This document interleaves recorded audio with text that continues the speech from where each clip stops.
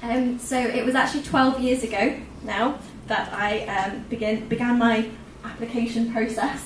I actually didn't start my application process until I went to college, a little bit too late. So I'd already picked my subjects, but I just wasn't sure.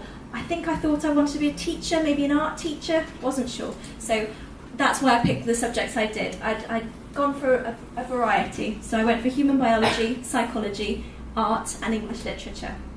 But then I had a good old think. My dad sat me down and said, what do you actually want to do with your life? And so I had a good think, and I thought of all the people that I'd experienced in my life and who I thought would be most inspirational, what did I actually want to do. And it was actually my own family GP that really inspired me.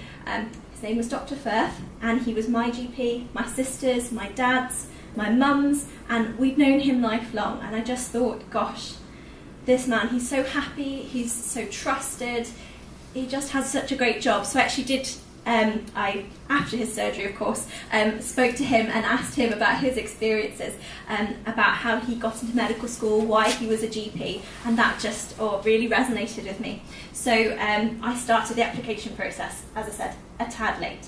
I had help from my family, my friends and my teachers, how to craft my UCAS statement.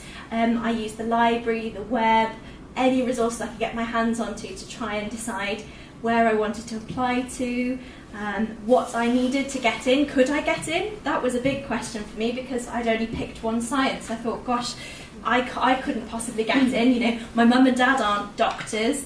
No one I know has ever gone to medical school. In fact, I was the first one in my family to go to university. So no one had even had an experience to get into university. So it was very much an overwhelming process.